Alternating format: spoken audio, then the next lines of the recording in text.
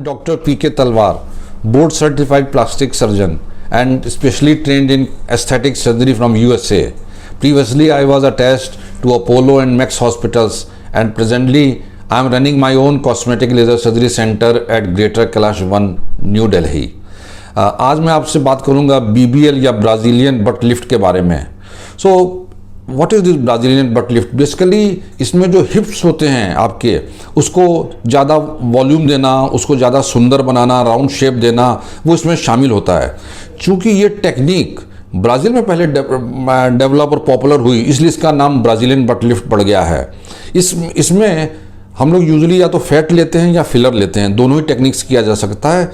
अगर हम फैट लेते हैं इसमें, तो आपके पीठ के पीछे से जो एक्स्ट्रा फैट है उसको लेके उसी को हम लोग निकालते हैं बाहर, और फिर इंजेक्शन के द्वारा उसको राउंड शेप दे देते हैं हिप्स में, जिससे कि वो हिप्स आपके ज़्यादा थोड़े बल्की नज़र आते हैं, उनकी शेप बड़ी अच्छी आ जाती है, राउंड शेप साइड से भी आप देखेंगे तो, और उसमें वॉल्यूम बढ़ जाता है, जो कि लड़कियां, आजकल की लड़कियां काफ़ी इसको चाहती हैं.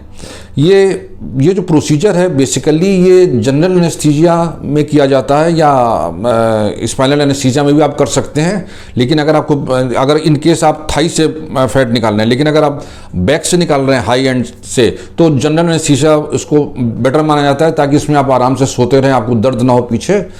और पेशेंट को हम प्रोन या उल्टा लेटा देते हैं पेट के बल. उसमें चर्बी को जो है लाइपोसक्शन जो टेक्निक है, जिसके बारे में हमने पहले भी बताया है और आपको अलग से भी वीडियो डालेंगे, तो उसमें लाइपोसक्शन के द्वारा हम एक्स्ट्रा फैट को निकालते हैं, जिससे कि जो बैक का एरिया है वो भी एक सुडौल रूप ले लेता है, एक सुंदर रूप ले लेता है. और जो एक्स्ट्रा फैट होती है उसको हम नीडल्स के द्वारा दोनों हिप्स में डाल देते हैं. ये टेक्निक जो है काफ़ी पॉपुलर हो गई है आजकल, और इस टेक्निक में आपको एक दिन का हॉस्पिटल स्टे होता है मैक्सिमम. कई बार पेशेंट सुबह आता है और शाम को उसको घर भी भेज देते हैं. इसमें कुछ सावधानियां लेनी पड़ती हैं. सावधानियां उसमें यह है कि चूँकि हमने फैट को हिप्स में डाला है, इसलिए हम नहीं चाहते कि आप पीठ के बल सोएं, क्योंकि अगर आप पीठ के बल सोएंगे तो जो प्रेशर पड़ेगा फैट सेल्स पे, उसके कारण आपकी जो फैट सेल्स हैं वो डिज़ोल्व हो जाएंगी, घुल जाएंगी, जो कि हम नहीं चाहते हैं. इसलिए हम आपको ये रिकमेंड करते हैं कि सर्जरी के बाद आप पेट के बल लेटें. पेट के बल लेटेंगे तो आपकी चर्बी जो है उस पर कोई लोड नहीं पड़ेगा. और ये चर्बी जो है जो हमने निकाली है, एक्चुअली इसको खून का दौरा नहीं मिल रहा है, लेकिन जब हम इसको डालते हैं तो धीरे धीरे इसमें खून का दौरा बढ़ना शुरू हो जाता है. और इसलिए हमको ना तो प्रेशर इस जगह पे चाहिए, अगर प्रेशर डालेंगे तो प्रेशर नेक्रोसिस होने का भी डर होता है. तो 3 से 6 हफ्ते तक हम यूजुअली कहते हैं, या महीना 1.5 महीना हम कहते हैं भाई आप पेट के बल लेटिए. तब तक क्या होता है कि जो चर्बी हमने डाली है उसमें खून का दौरा अच्छी तरह से दौड़ने लगता है, और फिर उसके घुलने की संभावना बहुत कम रह जाती है. कई बार लड़कियां ये कहती हैं कि हमें खूब सारी फैट डाल दीजिए, जितनी आप डाल सकते हैं, लेकिन ऐसा नहीं होता है. अगर आप गुब्बारा ले रहे हैं, उसको पानी से भर रहे हैं, तो उसकी एक लिमिट होती है, एक कैपेसिटी होती है. अगर आपने उससे ज़्यादा पानी भर दिया तो गुब्बारा फट जाएगा. वही चीज़ यहाँ होता है रिवर्स में. अगर हमने जो फैट डालनी है, माना हमने 300 सीसी डालनी है, 400 सीसी डालनी है, जितनी वो एकोमोडेट आराम से कर दे हिप्स, उतनी ही फैट डालते हैं. अगर हम उससे ज़्यादा डालेंगे तो क्या होगा कि फैट्स में जो फैट डाला उस पर स्किन के अंदर काफ़ी टेंशन आ जाती है, और उसी से इंटरनल प्रेशर पड़ता है, और उस प्रेशर से ही फैट जो है घुल जाती है. तो इसलिए फैट उतनी ही डालनी चाहिए जिसको कि स्किन आपको आराम से अकोमोडेट कर सके.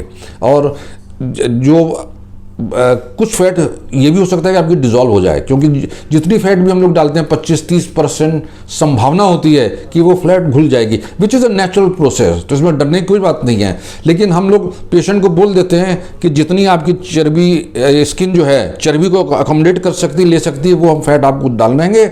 इसके बाद अगर कुछ फैट डिज़ोल्व होती है तो आपको एक सेकेंड सिटिंग के लिए तैयार रहना चाहिए. वो सेकेंड सिटिंग कब हो सकती है? वो हो सकता है 6 महीने से 12 महीने के अंदर हम कभी उसको एक सेकंड सेटिंग आपकी और कर सकते हैं, और उसके बाद आप कह सकते हैं कि आपको ऑलमोस्ट परमानेंट रिजल्ट मिलने की संभावना रहती है. ये काफ़ी पॉपुलर टेक्निक है, काफ़ी लोग इसको करा रहे हैं. और लेकिन हर टेक्निक या हर सर्जरी के कुछ कॉम्प्लिकेशंस भी होते हैं, सावधानियां भी लेनी पड़ती हैं. सबसे पहली सावधानी आपको ये लेनी चाहिए कि आप किसी बोर्ड सर्टिफाइड प्लास्टिक सर्जन के पास जाएँ, और न कि किसी जनरल सर्जन या दूसरे लोग जो हैं गायनेकोलॉजिस्ट हैं, आयुर्वेदिक डॉक्टर्स हैं, इनके पास न जाएं. इवन डेंटिस्ट आजकल कॉस्मेटिक सर्जरी कर रहे हैं, तो आपको इनके पास नहीं जाना है.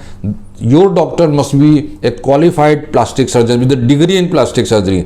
हमारे पास कुछ कॉर्पोरेट हॉस्पिटल में ऐसे भी डॉक्टर काम कर रहे हैं, डायरेक्टर भी बने हुए हैं, जो कि जिनके पास डिग्री नहीं प्लास्टिक सर्जरी की, लेकिन बस 1-2 साल काम किया उन्होंने और ये सर्टिफिकेट ले आए और वो सर्जरी कर रहे हैं, जो कि रिस्की हो सकता है। तो डॉक्टर की ट्रेनिंग बहुत ज़रूरी होती सकती है, उसकी डिग्री बहुत इंपॉर्टेंट है। तो आप क्वालिफाइड प्लास्टिक सर्जन और उसके बाद आप उसकी एक्सपीरियंस देखिए, कितना एक्सपीरियंस है उसको, और तब आप अपना डॉक्टर चूज़ कीजिए।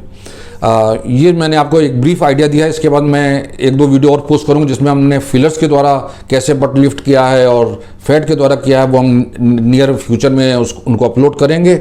अगर आपको ये वीडियो पसंद आया है तो इसको लाइक और सब्सक्राइब करना ना भूलें, और अगर आपके मन में कोई भी शंका है, किसी भी तरह का कोई प्रश्न आता है, तो आप हमारी टीम से संपर्क कर सकते हैं और हमें बहुत खुशी होगी अगर हम आपकी इस बारे में कुछ भी मदद कर सकें।